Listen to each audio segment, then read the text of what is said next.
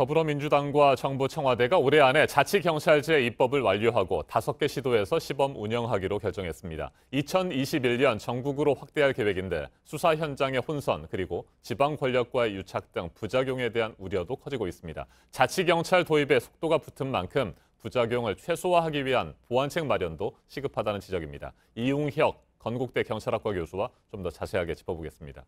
어서 오십시오. 네, 안녕하십니까. 네, 사법개혁과 지방자치 강화라는 측면에서 보면 분명히 의미가 커 보입니다. 그런데 앞서 전해드린 것처럼 수사 현장에서 혼선도 좀 예상되고요. 과연 치안 공백은 없을 것인가 이런 우려도 있습니다.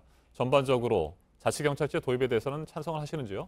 일단 그 지방자치 경찰의 그 취지 자체는 분명히 필요합니다. 그 맞춤형으로 그 치안 안전 서비스를 제공하라. 왜냐하면 각 지역마다, 각 동네마다 현안 문제들이 상당히 상이합니다. 네. 그런데 그 중앙 경찰을 하게 되면 일관적인 정책이 나오다 보니까 시민의 요구하고는 상당 부분 유리되는 부분이 있죠. 그런 면에서 상당히 그 의미가 분명히 있지만 이것을 이를테면 검찰, 경찰의 수사권 조정과 연계시키는 것은 좀 사례가 맞지 않는다고 생각됩니다. 왜냐하면 검찰 개혁은 개혁대로 가야 되는 것인데 이것을 경찰의 지방자치와 연관되는 것은 무엇인가 좀 앞뒤가 안 맞는 것 같고요. 그럼에도 불구하고 전반적인 그 선진국의 그 추세는 창의적으로 지역 문제를 해결하려고 하는 취지에서는 우리도 그렇게 해야 할 필요가 분명히 있습니다. 다만 그럼에도 불구하고 기대도 있지만 또 우려되는 점도 일정 부분 있지 않나 생각됩니다. 네.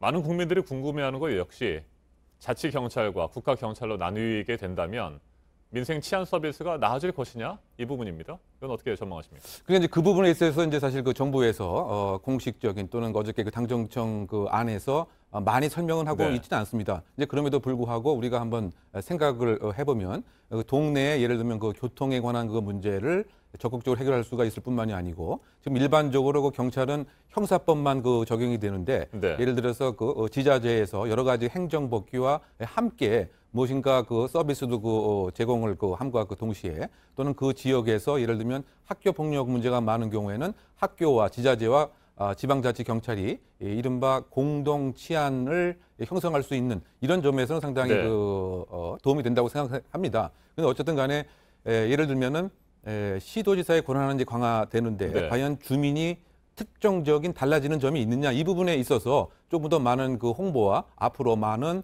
개발과 연구와 교육이 좀 필요한 것도 하나의 과제가 되지 않을까 생각합니다. 네, 현재 전국적으로 치안을 위해서 애쓰고 계시는 경찰분들이 12만 명 정도 되시잖아요. 이 가운데 4만 3천 명의 신분을 국가직에서 지방직으로 전환한다는 건데 경찰 인력을 크게 늘리는 것도 아니고 기존에 있는 신분만을 바꾸는 것으로 치안 서비스가 개선될 것이냐 이런 부분은 여전히 의문입니다. 네, 그러다 보니까 이제 그 경찰의 그 패러다임과 또는 그 새로운 그 아이디어를 창출할 수 있도록 일선 경찰관에게 재량의 폭을 넓히는 것이 가장 그 중요하겠죠.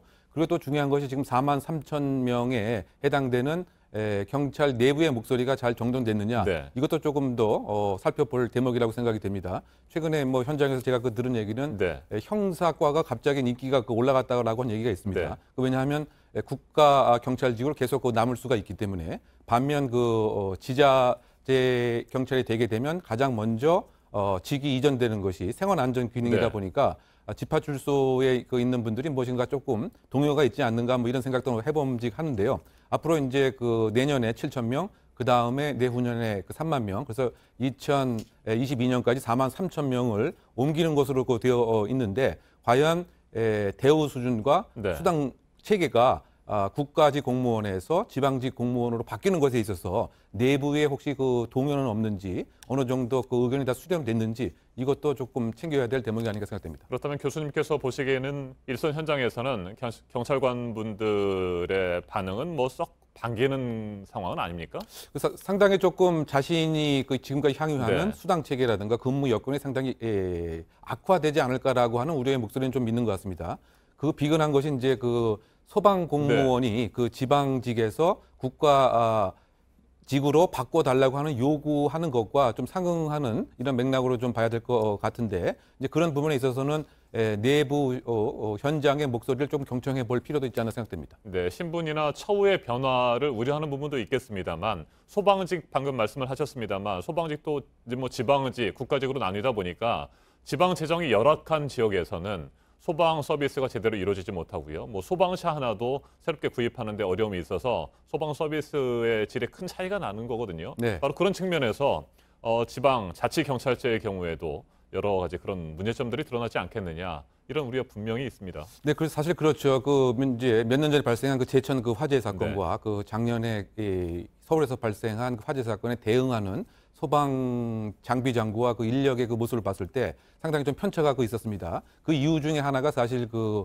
재정과 관련된 것이기 때문에 그 지자체마다 소위 말해서 그 재정 자립도의 그 편차가 그 있었을 때 네. 당연히 그 치안 서비스도 그 편차가 있게 되면 가장 그 균일하고 공정하고 안전이 담보돼야 할 공공재인 치안 서비스도 재정 자립도에 따라서 영향을 받는다는 것은 무엇인가 좀 적정치 않다. 그래서 사실 그 정부 그 안에서도 상당 부분은 지방 교부세를 부여함으로써 보조를 하겠다라고 하긴 하지만 네. 이것이 과연 이제 지속 가능성이 과연 이제 있을 것인지 이런 부분에서는 조금 더 보완될 사항도 있지 않나 생각해 봅니다. 자, 그래서 일단 서울시하고 세종시에서 시범적으로 실시가 되고 또 올해 안에 두 군데 지역이 더 결정이 된다는 얘기죠. 네, 그렇습니다. 2006년부터 제주에서는 자치경찰제가 이미 시행이 됐는데 제주 쪽의 지금 반응이라든지 성과에 대한 평가는 어떻습니까? 근데 그 제주형 네. 지방자치 경찰 제도는 상당히 협소한 이런 형태였습니다. 예를 네. 들면 수사를 할 수 있는 이제 권한도 상당히 그 없었지만 이번 그 사안 같은 경우에는 예를 들면 그 성폭행, 가정폭행, 학교 폭력에 있어서는 수사를 할 수 있는 권한이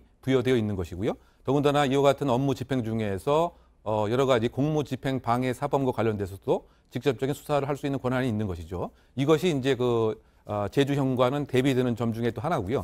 더군다나 그 지파출소에 대한 소속 자체가 지방자치 경찰로 바뀌는, 즉 지방자치 단체로 바뀌는 이 점도 그 다른 점입니다. 그러니까 제주형보다는 상당히 그 확대된 것이다라고 네. 봐야 되기 때문에 제주형에 있어서는 상당 부분 조금 부정적인 평가가 있었습니다. 무늬만 자치경찰이지 실질적인 권한이 없지 않았느냐. 다만 이제 이번에는 그런 부분은 상당 부분 이제 보완, 보충된 것이 아닌가 생각됩니다. 네, 저도 그렇고요. 많은 분들이 아마 궁금해하실 부분인 것 같습니다. 112 신고를 하게 되면 이제 자치경찰, 국가경찰이 동시에 그걸 접수하게 된다는 겁니까? 그런다고 하더라도 사안에 따라서 이건 뭐 우리가 나갈 부분이 아니다. 뭐 서로 뭐 역할에 대해서 분쟁을 벌인다거나 뭐 그러다가 시간을 놓치는 상황이 되지 않을까 이런 그렇죠. 우려 있습니다. 네, 그렇습니다. 그래서 지금 정부 안은 그 112 그 상황실에 국가경찰과 그 지방자치경찰관이 함께 근무를 해서 유기적인 업무 협조 체계를 꾀한다. 이런 상황이긴 합니다만 네. 그런데 사실 그 지금 한 경찰서 안에서도 예를 들면 이것이 형사과 소관 사항인지 아니면 생활안전과 사안인지에 대해서 서로 떠몰리기 하는 이런 그 불합리를 우리가 종종 봐왔습니다. 인근 경찰서끼리도 그렇고요. 인근 경찰서끼리도 네. 그렇고 우리가 많이 기억을 해보면 그 이형학 그 사건 같은 경우에도 처음에 그 지파출소에 왔는데 이걸 생활안전과에 넘겼다가 그러니까요. 다시 형사과로 넘기는 이런 그 모습들이 분명히 있었습니다. 그래서 이것을 어떻게 이제 그 사각지대를 최소화 할 수 있을지 또는 예를 들면 한 동네에서 성폭행을 범하고 나서 또 신고를 나가봤더니 사실 살인의 혐의가 있다고 했을 때 성폭행 사건은 지방자치경찰이 업무 분할이 되어 있지만 네.